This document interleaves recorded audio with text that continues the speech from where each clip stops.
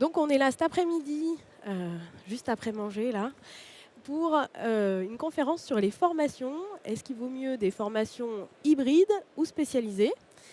Donc c'est vrai que les énergies renouvelables, ça se développe à toute vitesse, mais est-ce que les compétences suivent le rythme derrière?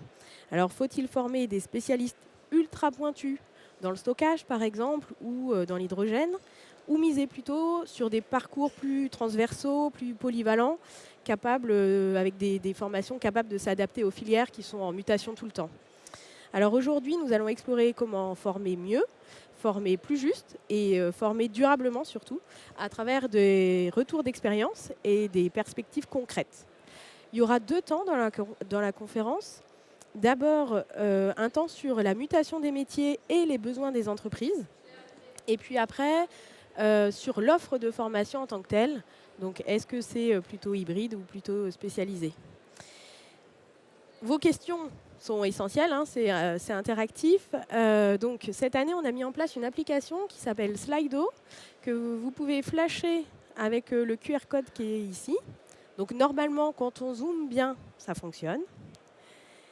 Sinon, vous pouvez aussi aller sur le site Slido, donc SLIDO, pour télécharger l'application. Alors au cours de la conférence, je prendrai les questions qui arriveront directement par l'application. Mais ceux qui n'ont pas l'application, je vous rassure, à la fin, on fera avec les micros et les mains levées, ce sera plus facile. Voilà. Alors avant de commencer, juste un petit sondage. Moi, j'aime bien savoir à qui on s'adresse. Alors dans la salle, pas besoin d'appli, hein, juste vous levez la main.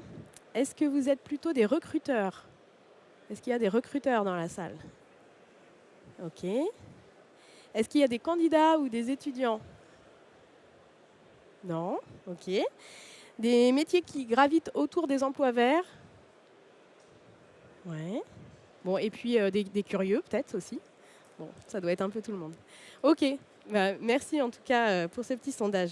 Alors on va commencer par la première partie, les mutations des métiers et les besoins des entreprises. Donc pour en parler, j'accueille Jens Biking et Floriane de Brabander. Donc Jens, je vous laisse vous installer à ma gauche. Vous êtes gérant du cabinet de recrutement Elatos, qui est spécialisé dans les énergies renouvelables et qui recrute plutôt des cadres ou des dirigeants. Voilà. Floriane, je vous laisse entrer, pardon, de Brabander, excusez-moi. Vous êtes présidente de la Fédération nationale de l'énergie solaire, la FNENS, et spécialiste des métiers et marchés du photovoltaïque. Vous avez fondé Solar People, qui est un cabinet de recrutement spécialisé justement dans le photovoltaïque. Tout à fait. Merci beaucoup à tous les deux et bienvenue à Energaia. Merci. Alors, nous allons faire un point déjà sur le marché puis les attentes des entreprises. Avec la chute des tarifs du photovoltaïque et la crise du secteur, est-ce qu'il y a encore des recrutements? Alors, c'est une question un peu taquine au début, mais voilà, pour voir où on en est vraiment aujourd'hui. Est-ce que tout le monde m'entend? Très bien, parfait. Donc merci beaucoup d'avoir organisé cette table ronde, Aude. Oui, bien, je vous rassure, il y a encore des recrutements. Par contre, on perçoit quand même un retournement de marché. Il y a plusieurs tendances que nous constatons depuis un certain temps. Le premier phénomène d'un marché de candidats, on s'oriente vers un marché d'employeurs. Donc le pouvoir de décision aujourd'hui a basculé. C'était un marché des candidats où les candidats étaient très sollicités. Aujourd'hui, c'est plutôt le recruteur qui a pris le dessus. Premier phénomène. Deuxième phénomène, dans le marché de création d'emplois, nous sommes actuellement dans un marché de remplacement. Ça, c'est aussi quelque chose qu'on constate de plus en plus. Le troisième phénomène, il y a des compétences qui sont demandées aujourd'hui qui n'étaient pas tant sollicitées dans le passé. Je m'explique. Autrefois, d'avoir la maîtrise technique de son métier, ça suffisait pour trouver sa place. Ce n'est plus tant le cas aujourd'hui, parce que nous sommes dans un marché où les enjeux financiers, de rentabilité, de viabilité économique des projets, de viabilité économique aussi des structures, des organisations sont de plus en plus importantes.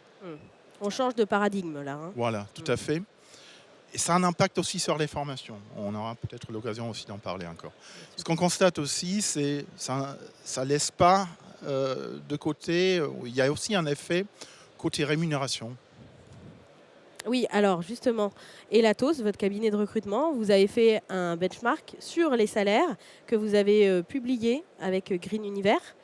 Ça en est où alors ces salaires qui étaient plutôt assez élevés, en fait, on va dire, dans les ENR, hein. Alors, merci. Ce benchmarking, on le fait depuis 8 ans maintenant, depuis 2017, annuellement. Et pour ceux qui sont intéressés par cela, si vous allez sur le site web de Green Univers, vous pouvez trouver les informations, parce que c'est publié tous les ans au mois d'octobre. Et on a constaté cette année, pour la première fois, une baisse des salaires à l'embauche dans le secteur. Je dis volontairement à l'embauche. Et il y a certains métiers qui s'en sortent mieux que d'autres. On a toujours des demandes aujourd'hui pour les profils côté construction, exploitation, valorisation aussi de l'énergie, et voire même tout en amont de la chaîne de valeur pour les profils de sécurisation foncière. Par contre, si on regarde un peu plus le développement de projets, on constate un phénomène qui peut être le contre-coup aussi par rapport à une phase où les salaires ont augmenté de façon considérable ces dernières années, avec des hausses parfois frôlant les 2 chiffres Oui, en moyenne. Là, ce n'est pas le cas cette année, et je pense à court terme, on verra cela encore malheureusement. Voilà. Et est-ce qu'on peut avoir un exemple concret d'un développeur, par exemple, avec 3 ans d'expérience, combien il va toucher en moyenne sur l'année? Réponse de Normand de la part d'un Allemand, hein. Donc ça dépend, mais sérieusement, indépendamment de la localisation, parce que ça joue aussi, mais 3 ans d'expérience, en règle générale, vous êtes dans ces cas-là en tant que développeur, chef de projet, vous avez une formation Bac+5, vous arrivez grosso modo autour de 45 000 euros, je pense que c'est à peu près ce qu'on peut constater aujourd'hui pour 3 ans d'expérience en fixe. Là, je parle d'un salaire, d'une rémunération brute annuelle fixe. À cela peuvent s'ajouter d'autres composants comme une partie variable, d'autres avantages, etc. Mais avec ce montant, on est à peu près dans la fourchette. D'accord. Donc en tout cas, une stabilité, voire une baisse sur certains salaires. Tout à fait. Et le pouvoir aux employeurs, ce qui change pas mal de choses, je pense, sur le marché. Ben, on le voit aussi parmi les candidats avec lesquels nous parlons aujourd'hui. Ces candidats-là ont été sollicités régulièrement il y a encore 12 mois en arrière ou 18 mois en arrière. Nos confrères les sollicitaient parfois plusieurs fois par semaine. Ce n'est plus le cas aujourd'hui. Les candidats nous le renvoient aussi. On sent bien la crise du photovoltaïque, quoi. Je vais le dire comme ça, c'est le phénomène d'un marché qui devient mature. Parce qu'on est dans une situation où on va devoir apprendre aussi à faire sans le soutien de l'État ou avec moins de soutien. Tout le monde attend aujourd'hui aussi que la PPE 3 sorte, parce que les investisseurs regardent ça de très près, les développeurs, les producteurs d'énergie, tous les acteurs de la filière sont focalisés là-dessus. Ça a un impact sur les investissements, ça a un impact sur le développement des structures et leur stratégie, et ça a un impact aussi sur les embauches. Ouais, tout à fait. Floriane, vous acquiescez, vous voyez ça aussi? Ouais. Oui, complètement. Alors, en bonne normande que je suis, je vais donner une réponse précise pour essayer justement de donner le change. On a effectivement un marché qui est en train de bouger, qui approche, qui est en pleine maturité, qui rentre dans un nouveau cycle. Qui dit évolution et avancée dans le cycle, dit qu'à un moment, effectivement, on doit structurer, on doit faire preuve d'agilité et, comme l'a dit Jens tout à fait, on a également des modèles économiques qui changent. Des modèles économiques qui ici ne reposeront plus sur des cadres confortables comme on a eu, parce qu'il faut le dire, ça a été confortable pendant un temps, cette croissance. Demain, on a besoin de faire preuve d'agilité autant dans les compétences que dans les passerelles qu'on va ouvrir auprès d'autres filières cousines et voisines. On a besoin effectivement d'avoir, surtout dans la temporalité qui va arriver, un vrai plan sur les emplois. Alors j'allais dire, on fait quoi Ben justement? oui, bonne question, parce que la question, elle est légitime finalement. Avec tout ce qu'on vient de se dire, je me mets à la place. Alors, il n'y a pas beaucoup d'étudiants aujourd'hui, c'est dommage, parce que pour une fois, on a peut-être des bonnes nouvelles quand même à leur donner. Mais c'est une question légitime à se poser. Elle est liée surtout au manque de visibilité aussi qu'on a eu, et à l'instabilité, notamment réglementaire, à laquelle on a fait face ces derniers mois. Bien évidemment, je vous parle du photovoltaïque. Je suis pro-solaire, présidente de la Fédération nationale d'énergie solaire, mais je pense aux autres renouvelables. On en a tous fait les frais. On a eu de l'instabilité réglementaire, on a eu un contexte budgétaire extrêmement poussé qui, là, de manière drastique, vient pousser et resserrer certains sujets. Et puis, on a une période aussi très politisée. Bon, soit dit en passant, est-ce qu'on ça a un impact sur l'emploi? Oui. Est-ce qu'on doit vraiment se focus que là-dessus? Non. En réalité, il faut pouvoir poursuivre, et c'est là où, pour une fois, je vais être peut-être vecteur justement de bonnes nouvelles. Donc j'en suis contente pour une fois, après ces mois de chahut au sein de la filière. En fait, tout simplement, je vais vous citer tout bêtement Antoine Lavoisier, qui, ça tombe bien, est un spécialiste de conversion des masses. Des masses, on parle aussi de la masse et de l'emploi, lors d'un changement d'un état de matière. Ça tombe bien, on est en plein changement d'état de matière dans nos filières. Et il dit, lui, rien ne se crée, rien ne se perd, tout se transforme. Eh bien, en fait, c'est exactement ça. On ne va pas perdre, on va transformer, et on va même recréer, j'ai envie de dire, derrière. C'est ça la bonne nouvelle. Donc, en fonction de la typologie d'acteurs qu'on va être, on va avoir différentes solutions. Alors, c'est quoi justement pour les 5 à 10 ans à venir, Mhm. les métiers qui vont émerger? Alors, 5 à 10 ans. Je vais resserrer un petit peu Trop le loin? périmètre. Ouais.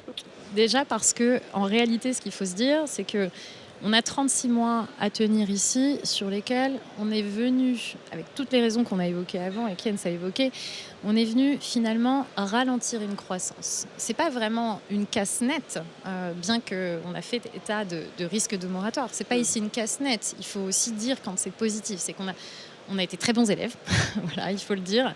Et là, on a une croissance qui est légèrement freinée. Mais ça veut dire qu'on va continuer quand même, il y a un développement. Donc, dans les 36 mois, il va falloir tenir. Et pendant ces 36 mois, c'est ici que se joue un marathon d'agilité et de survie dans l'emploi. Ensuite, on a en ce moment, surtout avec un rapport RTE qui est sorti il y a quelques jours, et la PPE3 qu'on attend effectivement tous, on a ces enjeux d'électrification, mais une fois que les enjeux d'électrification vont passer et qu'on aura réussi à atteindre certains objectifs, ou qu'on aura poussé sur l'électrification, il va falloir produire à nouveau. Ouais. Et alors là, qui on va appeler pour produire? En tout cas, les bons élèves seront au rendez-vous. Et Dans 3 ans à peu près. 36 mois. 36 mois environ. On est sur un retour, alors je dirais pas de croissance poussée, mais en tout cas on a intérêt à avoir toujours de la main d'œuvre. Et là, moi, je vais compléter la vision de Jens avec une vision terrain ici. C'est qu'effectivement on aurait aussi besoin des faiseurs pour repartir en amont de la chaîne à ce moment-là. Voilà. Donc si on est en recherche d'emploi, là, aujourd'hui, qu'est-ce qu'on peut faire pendant ces 36 mois? Faire preuve d'agilité. Donc aller dans la spécialisation poussée, parce qu'effectivement aujourd'hui être dans son poste ne suffira plus. Il faut pouvoir aller pousser un peu l'expertise. Il y a l'hybridation, aller voir les filières, comme on le disait, voisines ou cousines, et puis à s'ajouter quelques pattes au mouton à 4 ou 5 pattes qu'on a déjà. Il y a Valérie Poplin qui va nous parler un petit peu Voilà. plus d'hybridation. Exactement. Je ne rentre pas dans le sujet, on a des experts. Et puis la digitalisation aussi, qui est intéressante et très importante en ce moment dans le monde de l'IA aussi, qu'on est en train de traverser et transcender. Donc ça, c'est pour les recherches d'emploi actuelles. Ensuite, il y a d'autres typologies d'acteurs, si on peut passer la slide. Ah oui, des questions. On verra tout à l'heure, en tout cas, les typologies d'acteurs. Je pense que c'est plus simple. Et juste là, on a dit, Jens, on attend 3 ans. Vous, la perspective sur le long terme, 5-10 ans, quel nouveau métier vous voyez émerger? Et quels besoins en formation en face? Alors je pense que c'est par le biais déjà des filières, plutôt des métiers qui ont la côte ou qui auront la côte dans les années à venir. On peut citer un domaine qui n'est pas du tout aujourd'hui travaillé, tout au moins pas de façon très, très importante, qui n'a pas le focus, c'est tout ce qui touche la chaleur renouvelable. Elle n'est pas aimée, la chaleur, encore. Et pourtant, c'est un vecteur de développement important, notamment aussi de décarbonation. Et qui parle de décarbonation aujourd'hui, parle aussi de souveraineté énergétique. Et la question de la souveraineté énergétique, elle est beaucoup plus criante côté chaleur que côté électricité. Avec toute l'industrie qui doit se décarboner. Voilà. Et donc, tout ce qui tourne autour de la chaleur renouvelable est à mon avis un secteur c'est un secteur qui promet un avenir assez encourageant, qui va donner des perspectives.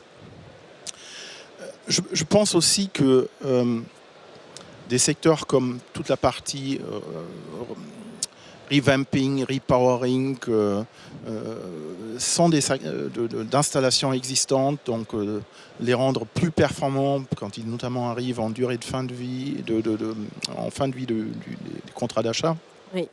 Ça sont aussi des secteurs qui donnent des perspectives. Là, c'est plutôt en technique, en maintenance, ou c'est plutôt en finance, comment repositionner les parcs? Alors, c'est à la fois côté technique, mais il faut se pencher aussi sur les business models qui sont derrière ces activités. Et de se couper ensuite d'une situation où on dépend d'un support ou d'un soutien de l'État, c'est absolument clé. Donc de trouver des modèles, notamment financiers, économiques, qui sont valables et qui sont viables, surtout sur la durée, et de savoir maîtriser ça, de savoir s'adapter aussi à un environnement qui change, ça sera absolument clé à ce niveau. Donc là, ce que vous nous dites, c'est d'être adaptable. Donc plutôt des formations polyvalentes. Bon, on va voir ça après, mais... Oui, sans anticiper ce qui sera peut-être encore dit. Mais je l'ai dit un peu plus tôt, la compétence technique en tant que telle n'est plus suffisante. Il faut savoir s'adapter à un contexte qui est plus complexe, plus challengeant, où il y aura aussi plus de compétition. Et on a vécu quand même une bonne quinzaine d'années sous une bulle. Cette bulle, aujourd'hui, est en train de disparaître. Et c'est plutôt une bonne nouvelle par rapport au marché mature, ce que vous disiez tout à l'heure. Voilà. Et on peut le voir comme ça, en tout cas. Il faut le voir comme ça. Il faut le voir comme ça. Très bien. Il faut le voir comme ça. On doit rechanger, effectivement, nos façons de voir aussi et être un peu dans le positivisme, si l'on peut dire aujourd'hui. On disait les nouveaux emplois émergents, en tout cas, du côté donc, de la chaleur, des business models. Est-ce qu'il y a d'autres filières? Enfin, je pense au stockage, par exemple. Oui, toute la partie hybridisation. Hein. Donc des solutions à la fois éolien, solaire, stockage, intégré. RVE. Oui, voilà. C'est ça. Plusieurs énergies ensemble, quoi. Le mix. Tout à fait. Très bien. C'est très important, effectivement, sur la partie supervision-maintenance. Il serait bien de tirer un enseignement. On a vu d'autres filières et d'autres énergies. Finalement, aujourd'hui, avoir le problème justement du manque de formation dans le temps et surtout du maintien de leurs centrales. On a des belles centrales solaires et des belles éoliennes. Il va falloir justement en tirer un enseignement et les maintenir. Donc effectivement, je maintiens sur la partie supervision-maintenance. Pour ceux dans la technique, il faut y aller à fond. D'accord, surtout maintenance. Merci de votre panorama. Est-ce qu'il y a des questions par rapport au contexte, par rapport à cette introduction? Donc n'hésitez pas avec l'application donc Slido, s'il y a. Ou même des questions dans la salle, si vous voulez, vous pouvez lever la main. Ou sinon, on passe directement à la deuxième partie. Il n'y a pas de souci.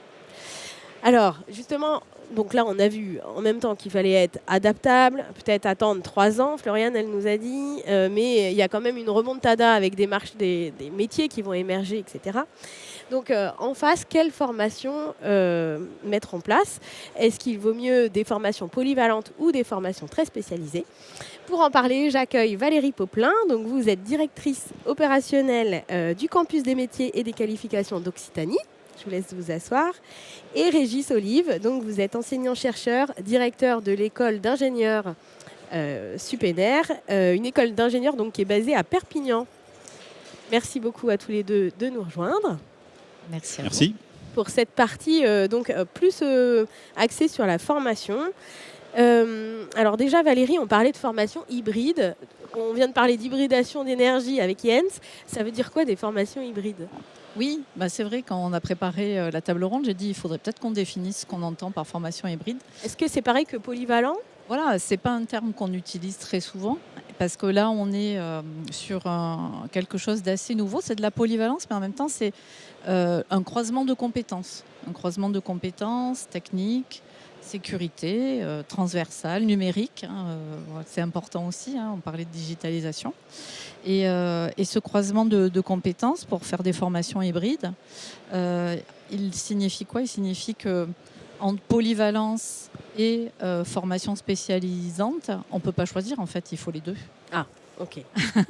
On a la réponse. La réponse normande, donc. Ouais, faut pourtant, les deux. moi, je suis gardoise, hein, je suis du cru. Hein.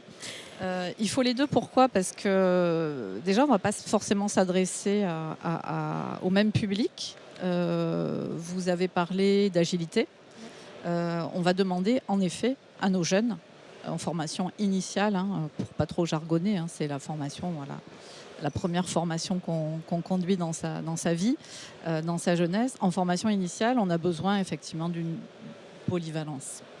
D'accord. Alors, Régis y reviendra Oui. amplement là-dessus. Tout à fait. On a besoin d'être polyvalent et d'apprendre à apprendre. Hein, puisque toute sa vie, on y reviendra, mais on va parler de la formation tout au long de la vie.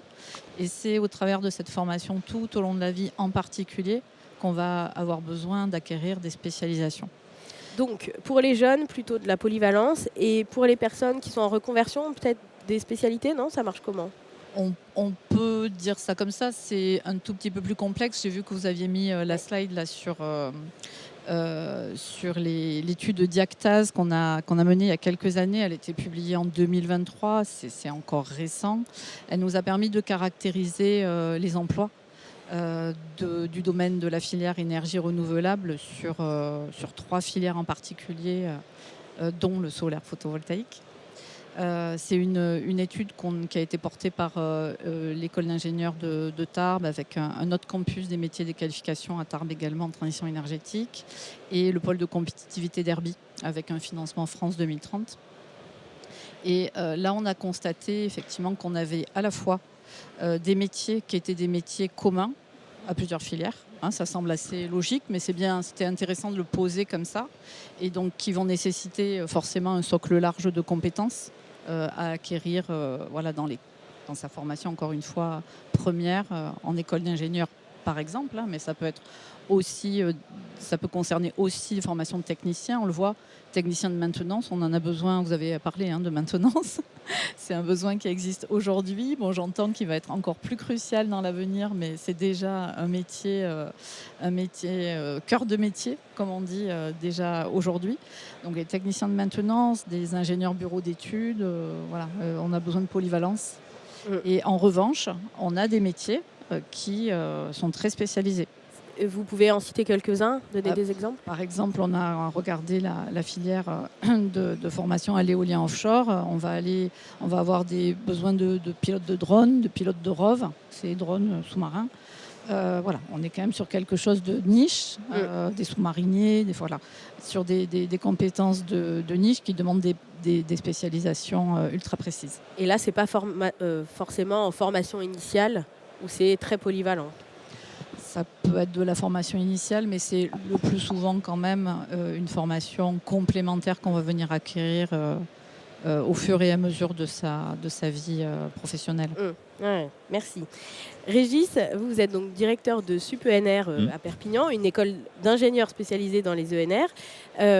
Pour vous, la polyvalence, c'est obligatoire, on va dire, en fait Pour nous, c'est même stratégique, j'allais dire, puisqu'on est plutôt multi-énergie. On couvre toutes les ENR, aussi bien les ENR électriques, photovoltaïques, éoliens, etc., mais aussi les ENR thermiques. Et on a vu avec Jens que c'était un enjeu majeur, la chaleur. Donc on essaie, nous, d'arriver à couvrir toutes ces ENR, parce qu'il y a un besoin de formation, de montée en compétences dans toutes ces ENR pour arriver à satisfaire nos besoins, nos usages énergétiques. Et ce qu'on rajoute là-dessus, c'est aussi un aspect, nous, ce qu'on appelle les humanités, tout ce qui est transversal en termes de modèle économique. On parlait de business plan, pardon. On parle de droit de l'environnement, on parle de réglementation, on parle d'aménagement du territoire. C'est pour adresser en fait tous ces enjeux au cours de la formation, et pour ne pas que ça soit en réalité une surprise quand on arrive dans le métier, parce que dans tous ces métiers des ENR, On a un besoin de développer toutes ces ENR, mais pour les développer, ce n'est pas uniquement une technologie, une très bonne technologie qui va le faire, c'est aussi parce qu'on a des compétences dans tous ces domaines et du coup, on est très pluridisciplinaire. Donc 50-50 entre les humanités et le technique. 50-50. Ouais. Si je peux me permettre d'ajouter encore un commentaire par rapport à cela, parce que vous avez évoqué un sujet qui est très important, c'est l'adhésion dans les territoires. L'acceptabilité sociale. Alors, je me refuse de choisir le mot acceptabilité parce qu'il y a une connotation qui est différente que de l'adhésion. Je préfère parler d'adhésion parce qu'on a intérêt à travailler l'adhésion dans les territoires. Et ça sont des métiers qui ont gagné du terrain, pour pas faire un mauvais jeu de mots, mais qui ont gagné du terrain ces dernières années et qui seront encore de plus en plus importants parce qu'il faut s'en rendre compte que malheureusement, on n'est pas toujours bien accueillis dans les territoires. Et pourquoi on n'est pas toujours bien accueillis? Parce qu'on n'a peut-être pas communiqué de la bonne façon autour de nos projets. Et ça, c'est un sujet qu'il faut aborder à tous les niveaux, que ce soit localement, régionalement, nationalement et au niveau international, européen aussi. Donc, ce qui veut dire que les métiers qui vont travailler l'adhésion, qui vont travailler sur le lobbying, les relations publiques, les affaires publiques, il faut les sortir aussi un peu de cette stigmatisation, comme que ça serait du lobbying, entre guillemets. Mais c'est un métier qui crée de la valeur, qui crée un climat qui est favorable au développement des ENR. Et nous en avons besoin aujourd'hui, et encore plus demain. Voilà. Très bien, j'en profite pour faire une parenthèse. Il y a une table ronde sur la concertation, les bonnes pratiques de concertation dans les ENR demain matin. Voilà, je rebondis là-dessus. Merci en tout cas, mais c'est vrai que tous les métiers de l'aménagement du territoire au sens large, relations publiques, aménagement, on voit aussi avec le foncier. Voilà, c'est des métiers qui sont vraiment en pointe et dont on a besoin. Donc on a dit 50-50 entre les humanités et le technique. Donc pour vous, est-ce que vous travaillez aussi avec les entreprises? Enfin, comment vous faites le lien avec les entreprises? Alors, on travaille beaucoup avec les entreprises, bien entendu, parce que c'est elles qui vont recruter nos diplômés. On travaille beaucoup aussi avec tous les organismes, les institutions, les collectivités territoriales. On parlait d'agrivoltaïsme, on travaille avec des chambres d'agriculture. Donc, en fait, on a tout un tas d'acteurs en fait, qui interviennent là-dedans et qui ne sont pas forcément des spécialistes de l'énergie. Et donc, on va en réalité former des ingénieurs qui vont permettre ce déploiement des ENR et donc de faire adhérer un certain nombre de collectivités, de personnes, d'intervenants, d'interlocuteurs dans ces projets. Et c'est ce qu'on voit par exemple sur l'éolien flottant, où on va travailler avec les pêcheurs, on va travailler avec la capitainerie du port, etc. Donc il n'y a pas que l'aspect intégration au réseau, des aspects techniques sur les flotteurs, par exemple, dans ce domaine, mais aussi des aspects en fait, plus sociaux, environnementaux, bien entendu. On a en fait, j'ai des collègues qui travaillent sur l'impact et les interactions avec l'environnement. Et dans l'environnement marin, c'est assez nouveau et on a très peu encore d'études là-dessus. Et donc, tous nos élèves ingénieurs, en fait, sont habitués, on va dire, pendant le cursus, à travailler avec des personnes qui sont de secteurs très, très variés, très différents, qui ont besoin de cette énergie pour fonctionner. C'est inévitable. Donc, il faut arriver à coupler en fait, tous ces systèmes. Et si on parle d'hybridation, en fait, pour nous, l'hybridation, elle est là, quoi. Avec tous les acteurs. Avec tous les acteurs. Différents acteurs. Valérie Poplin, vous, au Campus des métiers, vous travaillez aussi avec des entreprises ou d'autres acteurs du territoire. Est-ce que vous pouvez nous donner un ou deux exemples? Je pense à Solus, par exemple. Oui. Donc, en fait, les campus des métiers et des qualifications, c'est leur raison d'être, de rassembler en fait tous les acteurs. Pardon, ça coupe. C'est moi qui ai du mal. Okay. De rassembler tous les acteurs de la formation dans une filière et de mettre autour de la table à la fois les établissements de formation et les entreprises. Et pourquoi on fait ça? Pour faire en sorte qu'on puisse suivre les évolutions technologiques d'une filière et ainsi avoir des formations, une offre de formation qui répond réellement aux besoins de la filière, du territoire, des compétences qui sont recherchées. C'est le cas avec Solus, il me semble. Et c'est le cas avec Solus. Alors Solus, c'est quoi? Bravo. La Solus, La Solus. peut-être la solution à tous nos problèmes, qui sait. Donc en fait, on a, en travaillant justement avec les partenaires et les adhérents du campus, mis en place un collectif qui rassemble des experts du solaire. Je pense à SolarCop, puisqu'Olivier Verdeil est en face de moi dans la salle. Je pense à Enercop Languedoc-Roussillon et des spécialistes de la formation comme le Greta CFA Gare Lozère. Et tous ensemble, en fait, ils ont travaillé une offre de formation complète qui va de la formation citoyenne, qu'on connaît bien chez Enercop notamment, jusqu'à la hyper spécialisation. Et pour réussir à proposer une offre de formation complète, habilitante, certifiante, spécialisée, il faut s'appuyer sur des expertises. Donc c'est ce qu'on a voulu au campus accompagner, aider. Donc aujourd'hui, on lance en fait, à l'occasion d'Energaia, cette offre de formation complète, donc visible déjà sur le site internet du campus. C'est à destination de qui cette formation? Alors, c'est des formations, alors tout public, mais on est dans la formation tout au long de la vie, dont on parlait tout à l'heure. Donc, c'est pas de la formation diplômante, voilà, de formation initiale. C'est une formation qui s'adresse plus particulièrement aux adultes, à l'exception des formations citoyennes dont je parlais, qui, elles, peuvent être accessibles à tout public, y compris des enfants. D'accord, ouais. Mais c'est d'abord une formation qui s'adresse peut-être aussi à des personnes qui souhaitent se reconvertir. Parce que c'est souvent un sujet, la reconversion, un public qu'on oublie lorsqu'on parle de recrutement, de besoins en compétences. On vit dans une économie aujourd'hui qui est pas mal bouleversée, où il y a des filières qui sont en grande difficulté, qui vont perdre des emplois. Il faut qu'on puisse aussi aller vers ces personnes pour leur proposer des cursus, y compris des cursus longs, qui permettent d'entrer dans la filière. Donc si je veux me reconvertir aujourd'hui, par exemple dans le solaire, on ne sait jamais, je peux suivre Solus à partir de quand? Pour combien de temps ça... On a la Solus. Ouais. Et ça dure combien de temps à peu près là, cette formation? Alors pour se reconvertir, ça dépend parce que d'où vous venez. D'accord, si vous donc venez c'est d'une vraiment filière modulable. connexe, voilà, c'est ça, tout à fait. Si vous venez d'un métier qui est relativement connexe, si vous êtes électricien, ça va prendre moins de temps et vous allez aller chercher effectivement des compétences, des habilitations, etc. complémentaires et spécialisées que si vous travaillez dans la grande distribution et que vous recherchez une formation plus longue qui vous permette véritablement d'entrer dans le métier. Mais oui, ça peut être de quelques jours à une année.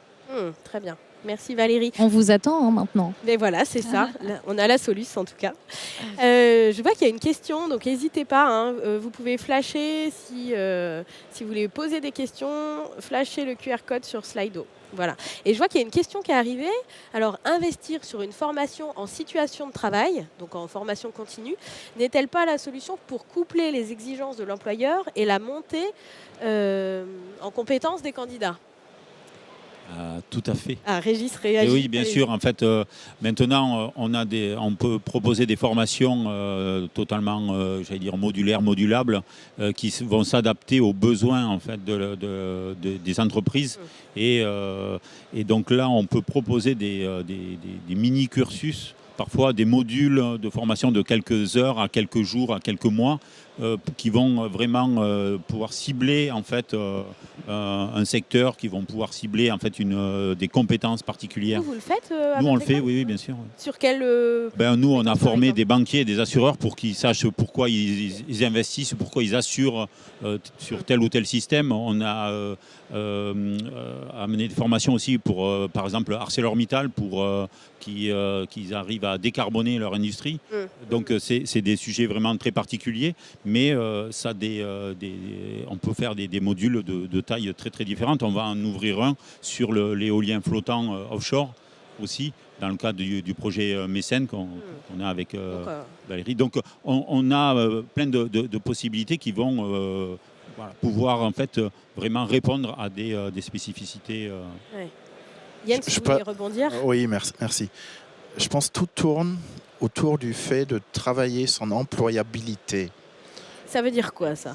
Alors, travailler son employabilité, je tords un peu la langue française probablement en disant cela. C'est déjà de se former tout au long de sa vie professionnelle, mais de ne pas se contenter de rester un référent pur et dur de son métier, mais d'être ouvert aussi à des voies connexes, annexes, qui permettent d'apporter de la valeur ajoutée, de travailler son profil pour être adaptable à un environnement qui change, qui évolue. Et les grandes tendances qu'on voit aujourd'hui, on a essayé de les mettre un peu en avant. Il y a eu la question de la digitalisation, il y a la question aussi de l'intelligence artificielle, il y a un tas de choses qui tournent autour de cela aussi. Et avoir cet esprit de se former tout au long de sa vie, bon, ça n'a rien de sorcier, mais encore faut-il le faire, faut-il vouloir le faire.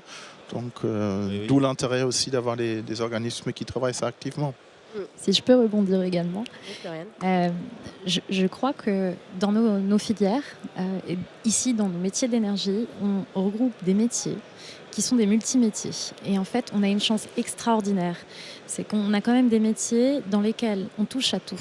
On a à la fois un pied sur le terrain, à la fois un pied dans la finance. On est capable de pouvoir gérer de l'administratif, du réglementaire, d'être sur le terrain, de faire du commercial, de la sécurité, de la qualité. Donc en fait, on est multimétier.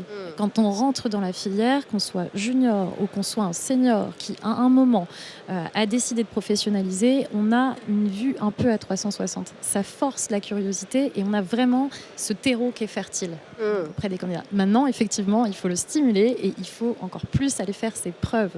J'aime beaucoup cette torsion de la langue française, moi.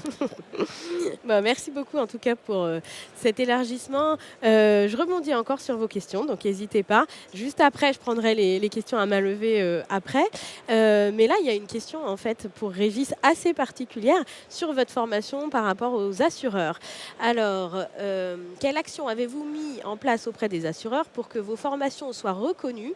Quelle pédagogie appliquez-vous auprès des OPCO, donc les organismes de formation, pour une meilleure prise en charge, pour une durée longue de formation? Et quelle pédagogie appliquez-vous pour convaincre des entreprises d'investir en formation? 3 questions en une, allez. Là, j'ai plusieurs heures devant moi. Là. C'est ça. Bon, ça va être difficile de répondre à toutes ces questions en quelques minutes, mais En tout cas, le lien avec les OPCO et les organismes de formation. nous, notre formation, elle est reconnue par la commission des titres d'ingénieurs.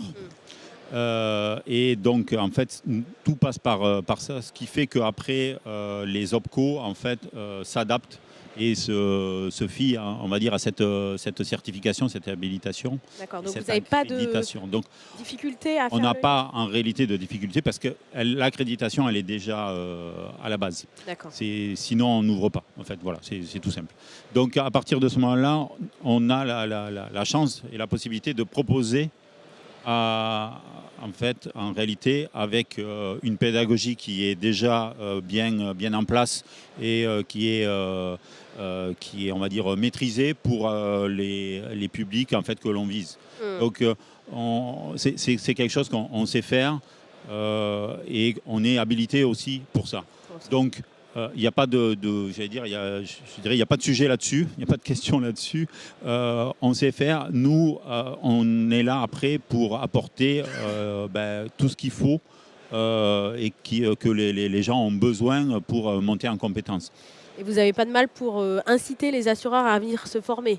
Parce qu'il y avait ça aussi. En fait, nous, on n'est pas forcément... c'est pas nous les demandeurs. Les demandeurs, en fait, c'est ceux qui ont besoin de cette formation parce que pour le cas des assureurs, ils veulent bien savoir pourquoi ils assurent, en fait, des panneaux photovoltaïques ou une centrale hydraulique, quoi. Donc, il faut aussi connaître ces systèmes sans forcément aller dans le détail de la technique, mais surtout les enjeux qu'il y a derrière au niveau environnemental, réglementaire, etc., pour arriver à savoir pourquoi on assure ou on investit dans ce genre de système, quoi. Ouais. Alors j'entends bien, il y a 2 remarques un peu identiques là sur Slido.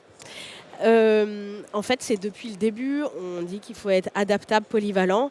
Mais il y a quelqu'un qui dit, mais avoir un bac+5 avec 3 ans d'expérience dans le photovoltaïque et entendre le discours, faites de l'éolien ou de la chaleur, c'est compliqué à ressentir. Et puis pareil, un ingénieur structure n'est pas un bon maçon, un ingénieur PV n'est pas forcément un bon poseur. Alors, qu'est-ce que vous dites à ça par rapport à l'adaptabilité des employés?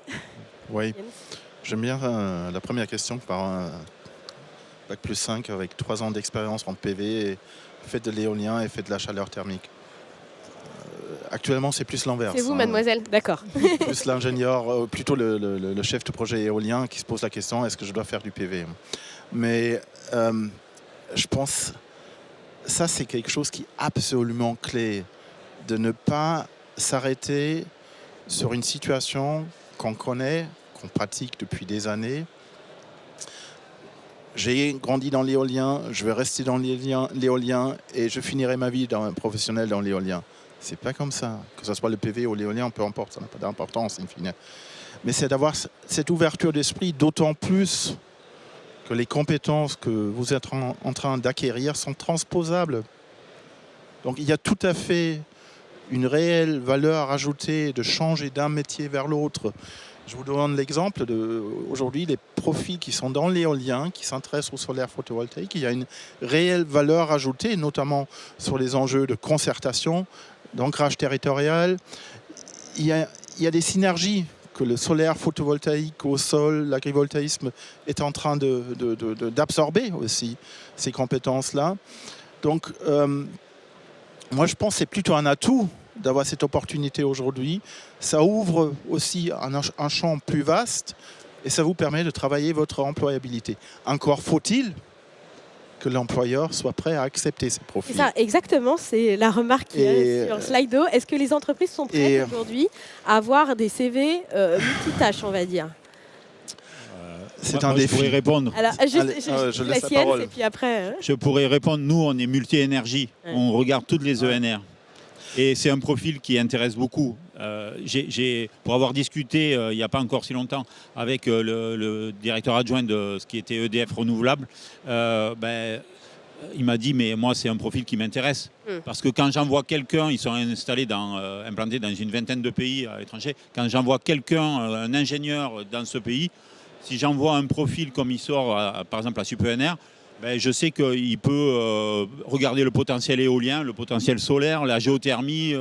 Plus que si vous envoyez un photovoltaïque. spécialiste du photovoltaïque qui va dire ramenez un spécialiste de l'éolien parce qu'apparemment il y a du vent dans ce coin-là. Jens, vous voulez rajouter quelque chose? Il n'y a pas grand-chose à ajouter de mon côté. Non, Ok. c'est bon. Moi, c'est Pardon, bon. Floriane, allez-y. Je vais compléter un petit peu. Je vais mettre un petit bémol. D'un point de vue candidat et empathique.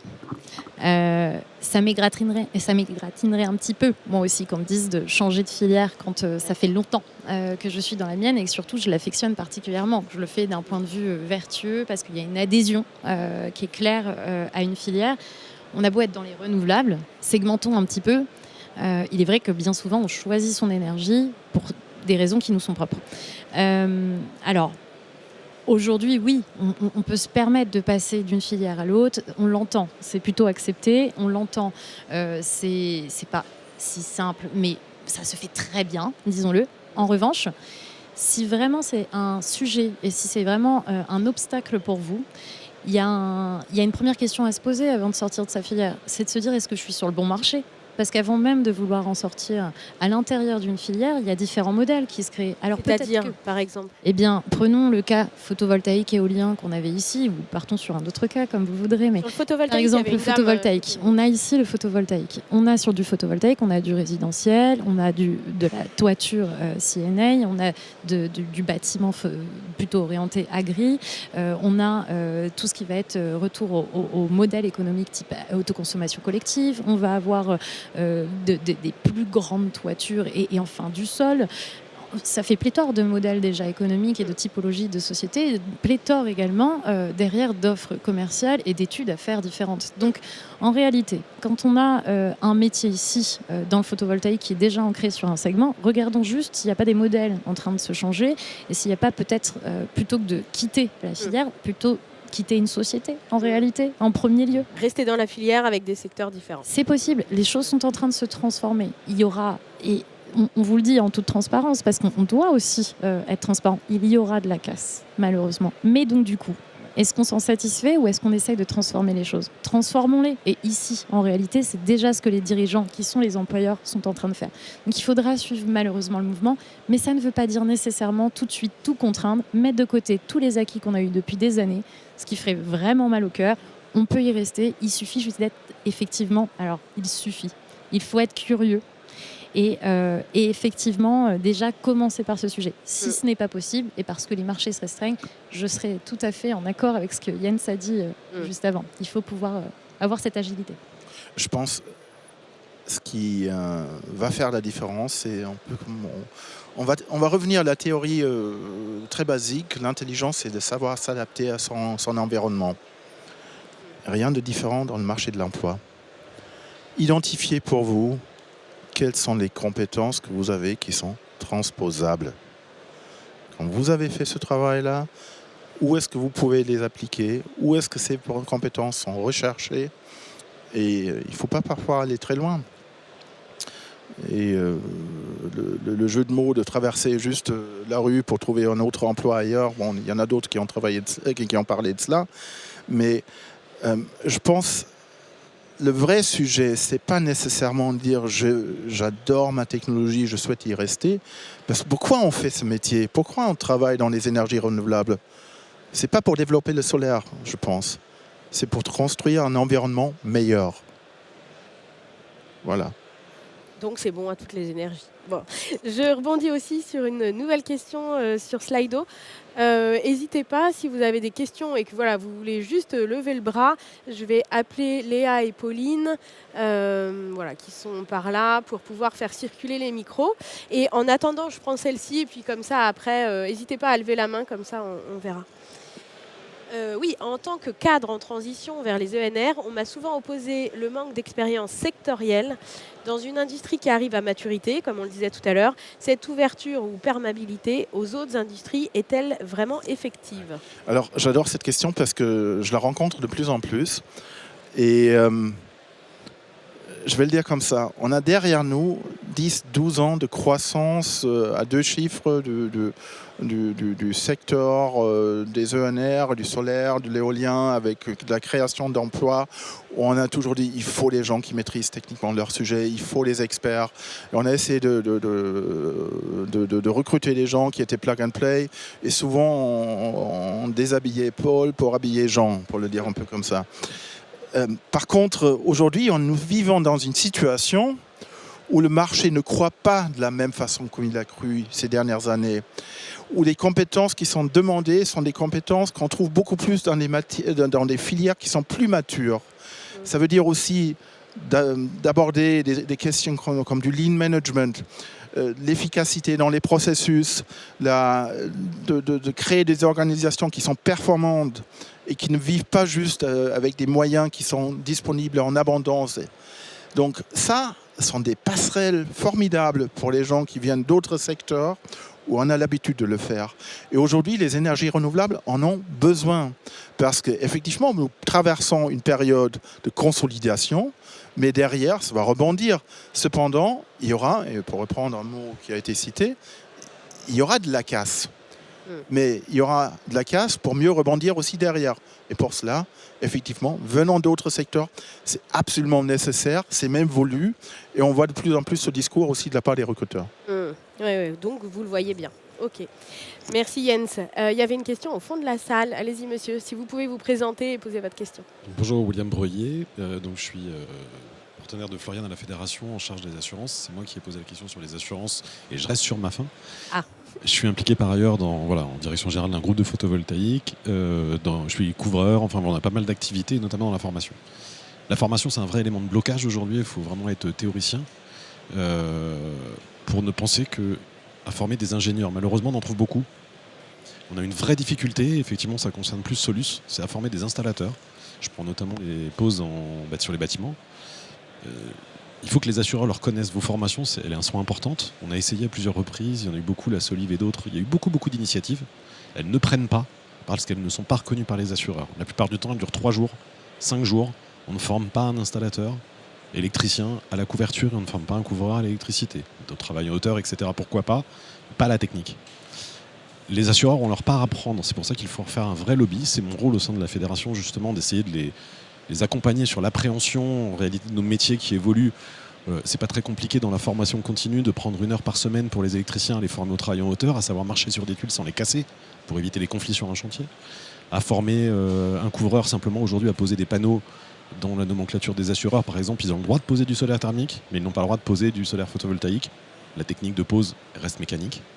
Aujourd'hui, les panneaux d'ailleurs solaires photovoltaïques sont plus simples à poser que les thermiques au niveau des fluides.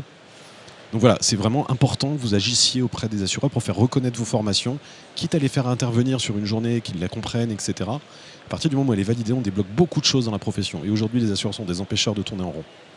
Merci beaucoup. Donc, je pense qu'on a compris que c'était une remarque. Voilà. Ouais, je suis tout à fait d'accord. Hein. C'est la raison pour laquelle on avait fait cette formation. Maintenant, ça fait 7-8 ans qu'on l'a faite. On ne l'a pas répété, mais je pense que le besoin existe. Et il suffit de venir nous voir et puis on le fera. Hein. Ce n'est pas un souci. Hein. En fait, moi, j'ai été responsable d'une formation technicien, installateur solaire. Et en réalité, j'avais strictement aucun souci pour placer tous ces jeunes. J'avais des sociétés qui étaient vraiment intéressées pour ça. Mais j'ai eu plus de difficultés à la maintenir parce que je n'ai pas forcément beaucoup de soutien par ailleurs pour faire ce genre de formation. C'est de la formation continue qui n'est pas forcément dans l'air du temps, parfois dans certains établissements publics, je parle. Et qui ne débouche pas souvent dans cette filière-là sur des certifications. En fait, on a un souci aussi de prise en charge par les OPCO, de prise en charge dans le cadre du CPF, parce que les formations ne sont pas diplômantes, ne sont pas à la fois diplômantes et spécialisées. En fait, il faut le dire comme ça. Donc l'année prochaine, on invite une personne des OPCO pour pouvoir répondre. Très bonne idée. Très bonne Comme ça, on aura du soutien de tous les côtés. Vous avez compris que vous avez le nôtre. Ah ouais. Donc, on va aller chercher. Après l'acceptabilité dans les territoires où on fera un tour, on ira voir les assureurs et ensuite on parle à l'OPCO. Adhésion. Voilà. L'adhésion. L'adhésion. Exactement. Alors justement, il y a une remarque pareille sur Slido qui va un petit peu dans cette mouvance-là. Nous parlions agilité, polyvalence, les qualités humaines, la question de la gestion émotionnelle, la communication, la coopération, l'empathie sont aussi nécessaires pour maintenir les équipes à flot sur le long terme et créer la confiance sur les territoires. Plaquette disponible et sortie de conférence pour les intéressés. Bon voilà, la petite pub est passée. Alors plus technique, formation, il y a des obligations de recyclage pour les habilitations électriques. Pourquoi n'y en a-t-il pas pour les quali PV? Alors c'est très technique, mais est-ce qu'il y a quelqu'un qui pourrait répondre ou c'est pas... Qui va oser? On a quelqu'un dans la salle qui peut répondre sinon. Ah, ça peut être intéressant. Monsieur, eh ben, allez-y. Si vous pouvez lui transmettre le micro, je suis désolée, je vous le redonne après. Merci. Oui, alors les habitations. Est-ce que juste vous pouvez vous présenter? Oui, Olivier Verdeil, responsable formation chez Solarcop Exines. Merci. Oui, les habitations, il y a une obligation de se recycler. Les quali PV, c'était le cas à l'époque, et c'est plus le cas maintenant. Alors, je pense que ça évoque un sujet qu'on tourne autour du pot, à mon avis, depuis le début de cette conférence, c'est qu'à un moment, il faut parler de métier. Qu'on arrête de parler de simples compétences, parce que les compétences, tout le monde s'en invente, mais tant qu'on n'aura pas posé les termes de métier, et ça ne va pas faire plaisir à tout le monde, parce que ça remet en cause plein de systèmes et de lobbying de certains, mais à un moment, on est sur des compétences complètes, et on ne peut pas parler de simples petites formations rapides, quoi. Vous, la coloration avec différents modules, ça vous convient pas ou c'est plus le court terme par rapport à une longue durée? Moi, ce qui me dérange, c'est qu'on parle de filière technique. J'entends qu'il faut être flexible, malléable, adaptable, tout ce qu'on veut rajouter comme adjectif, mais on oublie quand même que ces formations ont besoin de temps pour se former. Et ça veut dire qu'il faut quand même se spécialiser pour avoir un label de qualité. Et moi, je forme sur des formations courtes, mais des formations longues également. Et à un moment, on ne peut pas former un apprenant qui arrive dans la filière en 3 jours, en 4 jours, c'est pas possible. Donc à un moment, il faut valoriser les parcours de formation longs, il faut avoir le soutien pour que ça puisse être financé. Mais une fois qu'on a fait ce parcours, eh bien, il faudrait être reconnu. Mais s'il n'y a pas de métier, s'il n'y a pas de diplôme, s'il n'y a pas de certification derrière, ben, on ne vaut plus rien. Et je rejoins complètement William, mais je serais précis qu'on puisse se rencontrer. Parce que moi, ça fait maintenant 7 ans que je milite pour faire des parcours de formation longs sur les différentes crèmeries où j'ai pu passer dans la formation. Mais mon discours, il ne change pas. Et moi, je pense qu'il faut à tout prix inclure tous les acteurs du métier, y compris les assureurs. Moi, j'ai mis en place aussi des formations pour rassurer les assureurs, parce qu'ils paniquent un peu, ces assureurs, hein. Et malheureusement, ils ne connaissent pas bien ceux qu'ils assurent. Donc moi, je pense que c'est important de poser les choses. Et si on a un parcours de formation qui est reconnu, qui est sérieux, ça va rassurer les assureurs. Les assureurs vont pouvoir plus facilement délivrer des décennales. Et on va dire surtout stop à l'éco-délinquance. Oh oui. Donc plus de certification, j'entends bien. Je vois que ça avance un petit peu l'heure. Je voudrais prendre juste la question du monsieur et puis après je vous redonne la parole. Bonjour, Thomas Gelez, formateur eau et énergie. Donc il y a un élément qui a attiré mon attention donc sur la supervision de maintenance.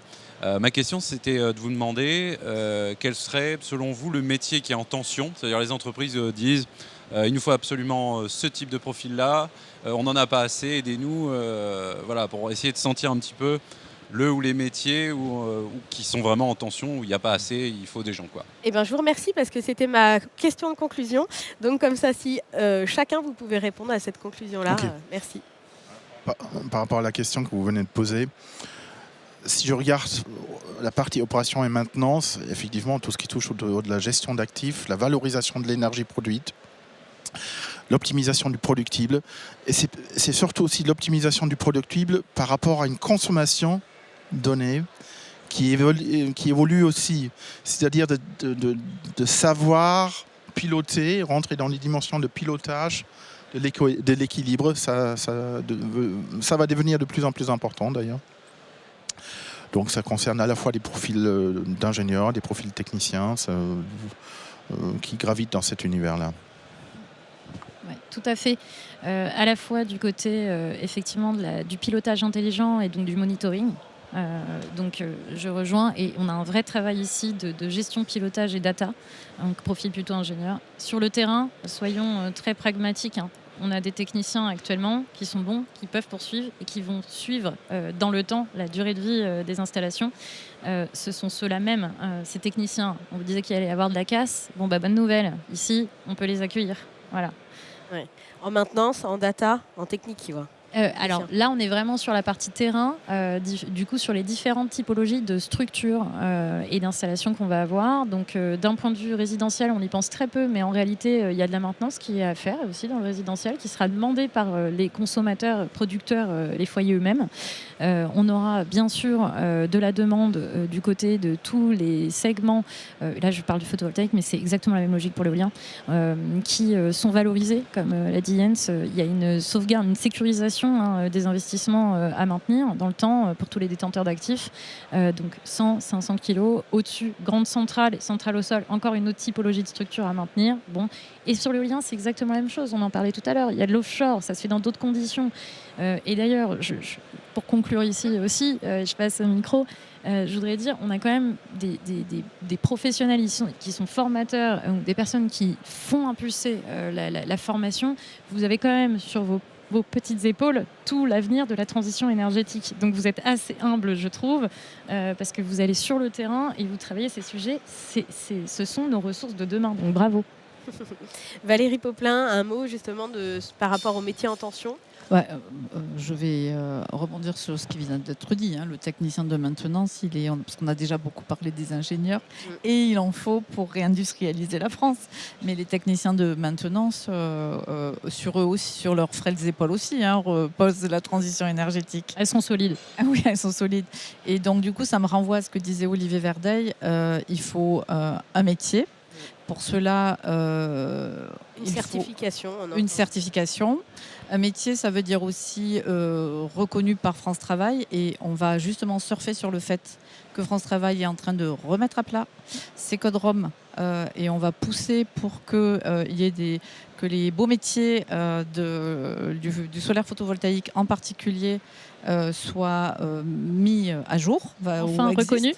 Enfin reconnus. Et derrière, ça va débloquer plein de choses, et notamment l'accès au financement, à la formation et les possibilités de reconversion. Merci Valérie. Régis. Alors moi, je vais rebondir sur une des remarques qu'on a pu faire précédemment. En particulier, maintenant, le problème n'est plus tellement de la production d'énergie, et plutôt arriver à satisfaire les besoins énergétiques. Et pour ça, il faut arriver à manager cette énergie, à la gérer, et donc à la stocker et à la fournir au moment où on en a besoin. Et en fait, tous les enjeux, et à mon avis, des emplois futurs sont là. C'est dans la gestion, le pilotage, la gestion de cette énergie. Le stockage. Qu'elle soit électrique ou thermique, et puis voir aussi gaz et autres. Et si je peux me permettre encore d'ajouter un point, c'est l'électrification des usages. On en parle beaucoup, on espère en faire encore plus, mais c'est ça le clé. Je ne vais même pas dire pour la décarbonation, mais pour la souveraineté énergétique. Parce que ça, c'est un enjeu qu'il ne faut pas oublier. Eh ben merci, je pense que ce sera le mot de la fin. Merci beaucoup à tous les 4, je pense qu'on peut vous applaudir. Merci et bon salon Energaia. N'hésitez pas à parler avec nos intervenants s'il y a besoin. Et s'il y a des formateurs dans la salle, dites-leur aux étudiants, il faut venir. On a 3 ans devant nous, c'est pile le temps qu'il faut pour se former. Ils seront au rendez-vous. Merci Floriane, merci, au revoir.